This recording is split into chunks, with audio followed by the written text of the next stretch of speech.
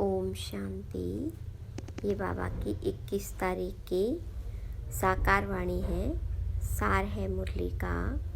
मीठे बच्चे, ज्ञान की तलवार में योग का जौहर चाहिए, तब ही विजय होगी। ज्ञान में योग का जौहर है तो उसका असर जरूर होगा। प्रश्न: तुम खुदा के पैगंबर हो, तुम्हें सारी दुनिया को कौन सा पैगाम देना है? तो बाबा ने कहा, सारी दुनिया को पैगाम दो कि खुदा ने कहा है, तुम सब अपने को आत्मा समझो, देह अभिमान छोड़ो, एक मुझ बाप को याद करो तो तुम्हारे सिर से पापों का बोझा उतर जाएगा। एक बाप की याद से तुम पावन बन जाएंगे। अंतर्मुखी बच्चे ही ऐसा पैगाम सभी को दे सकते हैं। ओम शांति। बाबा ने समझाया है कि कोई भी मनुष्य मात्र, फिर चाहे दैवी गुण वाला हो या आसुरी गुण वाला हो, उनको भगवान नहीं कह सकते। यह तो बच्चे जानते हैं। दैवी गुण वाले होते हैं सतयुग में, आसुरी गुण वाले होते हैं कलयुग में। इसलिए बाबा ने लिखत भी बनाई है कि दैवी गुण वाले हो या आसुरी गुण वाले हो, सतयुगी हो या कलयुगी, यह बातें बड़ी मुश्किल से मनुष्यों को समझ में आती है। तुम सीढ़ी पर बहुत अच्छी रीति समझा सकते हो। तुम्हारे ज्ञान के बाण बहुत अच्छे हैं, परंतु उसमें जौहर चाहिए। जैसे तलवार में भी जौहर होता है। कोई बहुत तीखे जौहर वाले होते हैं। जैसे गुरु गोविंद सिंह की तलवार विलायत चली गई, उस तलवार को लेकर परिक्रमा देते हैं, बहुत साफ रखते हैं। कोई 2 पैसे की तलवार भी होती है जिसमें जौहर होता है, वह बहुत तीखी होती है, उनका दाम बहुत होता है। बच्चों में भी ऐसे है। कोई में ज्ञान बहुत है, योग का जौहर कम है। जो बांधेले हैं, गरीब हैं, वह शिव बाबा को बहुत याद करते हैं। उनमें ज्ञान कम है, योग का जौहर बहुत है। वह तमो प्रधान से सतो प्रधान बन रहे हैं। जैसे एक अर्जुन भील का भी मिसाल दिखाते हैं। अर्जुन से भी भील तीखा हो गया बाण मारने में। अर्जुन अर्थात जो घर में रहते हैं, रोज सुनते हैं, उनसे बाहर रहने वाले तीखे हो जाते हैं। जिनमें ज्ञान का जौहर है, उनके आगे वह भरीड होते हैं। कहेंगे भावी। कोई फेल होते हैं, वह देवाला मारते हैं तो नसीब पर हाथ रखते हैं। ज्ञान के साथ योग का जौहर भी जरूर चाहिए। जौहर नहीं तो गोया कुक्कड़ ज्ञानी है। बच्चे भी फील करते हैं। कोई का पति में, कोई का किस में प्यार होता है। ज्ञान में बहुत तीखे होते, लेकिन अंदर खिटखिट रहती है। यहाँ तो बिल्कुल साधारण रहना है, सब कुछ देखते हुए जैसे देखते ही नहीं। एक बाबा से ही प्रीत है, तब तो गाया जाता है, कम कार्डे दिल यार्डे।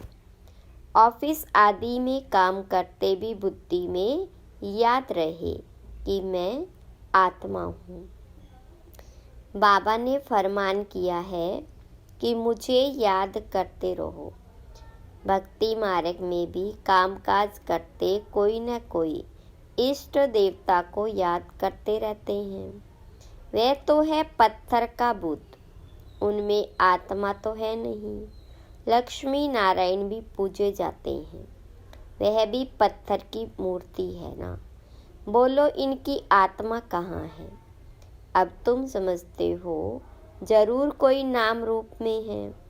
अब तुम फिर योग बल से पावन देवता बन रहे हो। एम ऑब्जेक्ट भी है।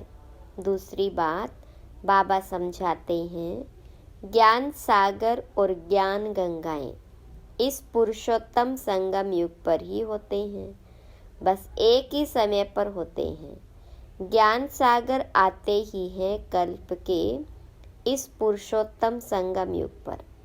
ज्ञान सागर है निराकार परमपिता परमात्मा शिव। उनको शरीर जरूर चाहिए जो बात भी कर सके, बाकी पानी की तो बात ही नहीं। यह तुमको ज्ञान मिलता ही है संगम युग पर। बाकी सबके पास है भक्ति। भक्ति मार्ग वाले गंगा के पानी को भी पूजते रहते हैं। पतित पावन तो एक ही बाप है, वह आते ही एक बार है जब पुरानी दुनिया बदलनी है। अब यह किसको समझाने में बुद्धि भी चाहिए। एकांत में विचार सागर मंथन करना पड़े, क्या लिखें जो मनुष्य समझ जाए कि ज्ञान सागर परमपिता परमात्मा एक शिव ही है। वह जब आते हैं उनके बच्चे जो ब्रह्मा कुमार कुमारियां बनते हैं, वह ज्ञान धारण कर ज्ञान गंगाएं बनते हैं। अनेक ज्ञान गंगाएं हैं जो ज्ञान सुनाते रहते हैं, वो ही सद्गति कर सकते हैं। पानी में स्नान करने से पावन नहीं बन सकते। ज्ञान होता ही है संगम पर। यह समझाने की युक्ति चाहिए, बड़ा अंतर्मुख चाहिए। शरीर का भान छोड़ अपने को आत्मा समझना है। इस समय कहेंगे हम पुरुषार्थी हैं। याद करते करते जब पाप खत्म होंगे तब लड़ाई शुरू होगी। जब तक सबको पैगाम मिल जाए, पैगाम अथवा मैसेज तो शिव बाबा ही देते हैं। खुदा को पैगंबर कहते हैं ना। तुम सबको यह पैगाम पहुंचाते हो कि अपने को आत्मा समझ परमपिता परमात्मा के साथ योग लगाओ। तो बाबा प्रतिज्ञा करते हैं कि तुम्हारे जन्म जन्मांतर के पाप कट जाएंगे। यह तो बाबा ब्रह्मा मुख से बैठ समझाते हैं। पानी की गंगा क्या समझाएगी। बेहद का बाप बेहद के बच्चों को समझाते हैं। तुम सतयुग में कितने सुखी संपत्तिवान थे, अभी दुखी कंगाल बन पड़े हो। यह है बेहद की बात। बाकी यह चित्र आदि सब भक्ति मार्ग के हैं। यह भक्ति मार्ग की सामग्री भी बननी है। शास्त्र पढ़ना पूजा करना यह भक्ति है ना। मैं थोड़े ही शास्त्र आदि पढ़ाता हूँ। मैं तो तुम पतितों को पावन बनाने के लिए ज्ञान सुनाता हूँ कि अपने को आत्मा समझो। अभी आत्मा और शरीर दोनों ही पतित है। अब बाबा को याद करो तो तुम यह देवता बन जाएंगे। देह के सर्व पुराने संबंधियों में से ममत्व मिट जाए। गाते भी हैं, आप आएंगे तो हम और कोई की नहीं सुनेंगे। एक आप से ही सब संबंध जोड़ेंगे और सब देहधारियों को भूल जाएंगे। अब बाबा तुमको अपना वायदा याद कराते हैं। बाबा कहते हैं, मेरे साथ योग लगाने से ही तुम्हारे विकर्म विनाश होंगे। तुम नई दुनिया के मालिक बन जाएंगे। यह है एम ऑब्जेक्ट। राजाओं के साथ प्रजा भी जरूर बननी है। राजाओं को दास दासियां भी चाहिए। बाबा सब बातें समझाते रहते हैं। अच्छी तरह योग में नहीं रहेंगे, दैवी गुण धारण नहीं करेंगे तो ऊंच पद कैसे पाएंगे। घर में कोई न कोई बात पर झगड़ा कलेश होती है ना। बाबा लिख देते हैं तुम्हारे घर में कलह है, इसलिए ज्ञान ठहरता नहीं। बाबा पूछते हैं स्त्री पुरुष दोनों ठीक चलते हैं? चलन बड़ी अच्छी चाहिए, क्रोध का अंश भी न रहे। अब तो दुनिया में कितना हंगामा और अशांति है। तुम्हारे में बहुत ज्ञान योग में तीखे हो जाएंगे तो और भी बहुत याद करने लग पड़ेंगे। तुम्हारी प्रैक्टिस भी अच्छी हो जाएगी और बुद्धि भी विशाल हो जाएगी। बाबा को छोटे चित्र इतने पसंद नहीं आते हैं, सब बड़े बड़े चित्र हो। बाहर मुख्य स्थानों पर रखो, जैसे नाटक के बड़े बड़े चित्र रखते हैं ना। अच्छे अच्छे चित्र बनाओ जो बिल्कुल खराब न हो। सीढ़ी भी बहुत बड़ी बड़ी बनाकर ऐसी जगह रखो जो सबकी नज़र पड़े। सीट पर ही रंग आदि ऐसा मजबूत हो जो पानी व धूप में खराब न हो। मुख्य स्थानों पर रख दो, या कहाँ एग्जीबिशन होती है तो मुख्य बड़े 2-3 चित्र ही काफ़ी है। यह गोला भी वास्तव में दीवार जितना बनना चाहिए। बल 8-10 आदमी उठा कर रखे, कोई भी दूर से देखे तो एकदम क्लियर मालूम पड़ जाए। सतयुग में तो और सब इतने धर्म होते नहीं, वे तो आते ही बाद में हैं। पहले तो स्वर्ग में बहुत थोड़े मनुष्य होते हैं। अब स्वर्ग है या नरक, तुम इस पर बहुत अच्छी तरह समझा सकते हो। जो आए उनको समझाते रहो। बड़े बड़े चित्र हो, कैसे पांडवों के बड़े बड़े बुत बनाते हैं। तुम भी पांडव हो ना। शिव बाबा तो संगम पर पढ़ाते हैं। वह श्री कृष्ण है सतयुग का फर्स्ट प्रिंस। तुम समझाते समझाते अपनी राजाई स्थापन कर लेते हो। कोई पढ़ते पढ़ते छोड़ देते हैं। स्कूल में भी कोई नहीं पढ़ सकते हैं तो पढ़ाई छोड़ देते हैं। यहाँ भी बहुत है जिन्होंने पढ़ाई को छोड़ दिया है, फिर वह स्वर्ग में नहीं आएंगे क्या? मैं विश्व का मालिक, मेरे से कोई 2 अक्षर भी सुने तो भी स्वर्ग में ज़रूर आएंगे। आगे चलकर ढेर सुनेंगे। यह सारी राजधानी स्थापन होती है। कल्प पहले मिसल। बच्चे समझते हैं हमने अनेक बार राज्य लिया है, फिर गवाया है। हीरे जैसा थे, फिर कोड़ी जैसा बने हैं। भारत हीरे मिसल था, अभी फिर क्या हुआ है? भारत तो वो ही होगा ना। इस संगम को पुरुषोत्तम युग कहा जाता है। उत्तम से उत्तम पुरुष भी है, बाकी सब है कनिष्ठ। जो पूज्य थे वही फिर पुजारी बने हैं। 84 जन्म लेते हैं। वह शरीर भी खत्म हो गए, आत्मा भी तमो प्रधान हो गई। जब सतो प्रधान है तब तो पूजते ही नहीं, चैतन्य है। अब तुम शिव बाबा को चैतन्य में याद करते हो। फिर पुजारी बनेंगे तो पत्थर को पूजेंगे। अब बाबा चैतन्य है ना, फिर उनकी ही पत्थर की मूर्ति बनाकर पूजते रहते हैं। रावण राज्य में भक्ति शुरू होती है। आत्माएं वो ही है, भिन्न भिन्न शरीर धारण करती आई है। नीचे गिरने से ही भक्ति शुरू होती है। बाबा फिर आकर ज्ञान देते हैं तो दिन शुरू हो जाता है। ब्राह्मण सो देवता बन जाते हैं। अब तो देवता नहीं कहेंगे ब्रह्मा तो सतयुग में होता नहीं। यहाँ ब्रह्मा तपस्या कर रहे हैं, मनुष्य है ना। शिव बाबा को शिव ही कहा जाता है। इनमें है तो भी शिव बाबा कहेंगे, दूसरा कोई नाम नहीं रखा जाता। इनमें शिव बाबा आते हैं। वह ज्ञान का सागर है। इस ब्रह्मा तन द्वारा ज्ञान देते हैं। तो चित्र आदि भी बड़ी समझ से बनाने हैं। इसमें लिखत ही काम में आती है। पतित पावन पानी का सागर या पानी की नदियाँ हैं, वह ज्ञान सागर और उनसे निकली हुई ज्ञान गंगाएं ब्रह्मा कुमार कुमारियाँ हैं। इनको ही बाबा ज्ञान देते हैं।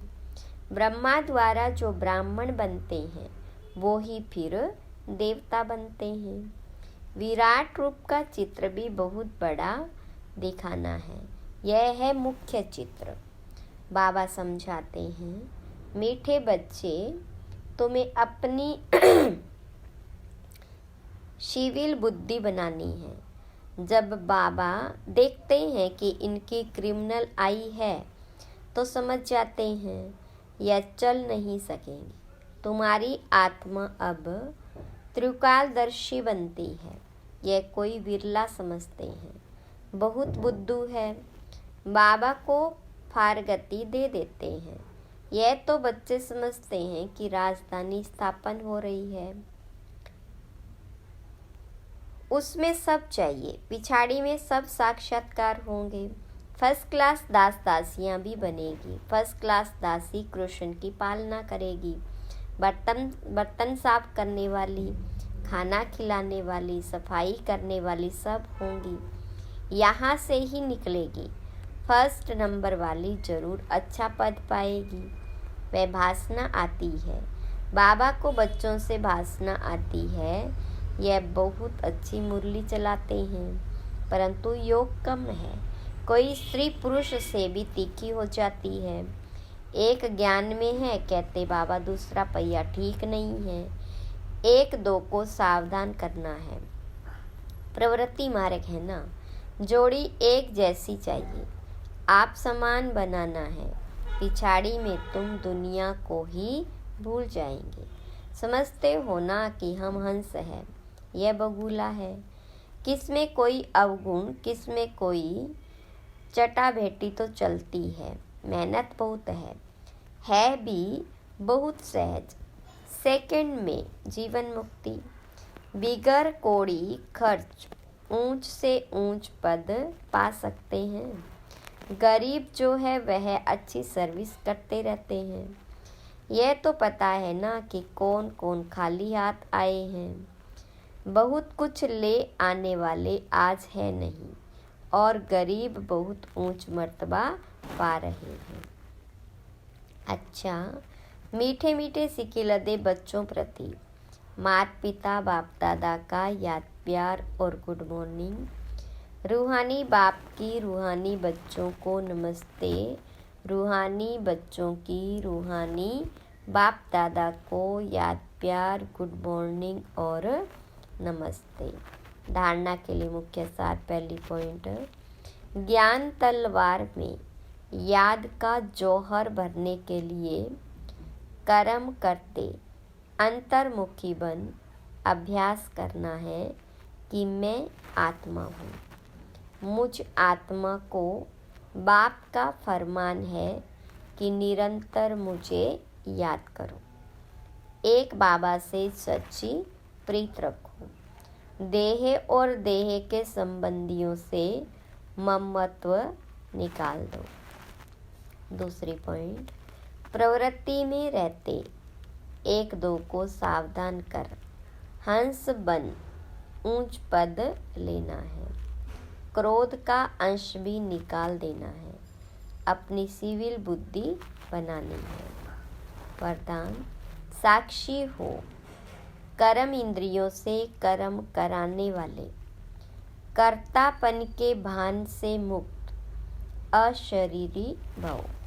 विस्तार, जब चाहो शरीर में आओ और जब चाहो अशरीरी बन जाओ। कोई कर्म करना है तो कर्मेंद्रियों का आधार लो, लेकिन आधार लेने वाली मैं आत्मा हूँ यह नहीं भूले।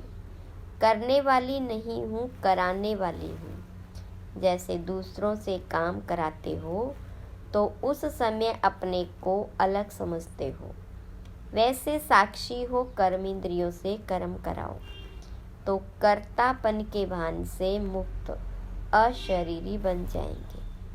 कर्म के बीच बीच में 1-2 मिनट भी अशरीरी होने का अभ्यास करो तो लास्ट समय में बहुत मदद मिलेगी। स्लोगन: विश्व राजन बनना है तो विश्व को सकाश देने वाले बनो। ओम शांति।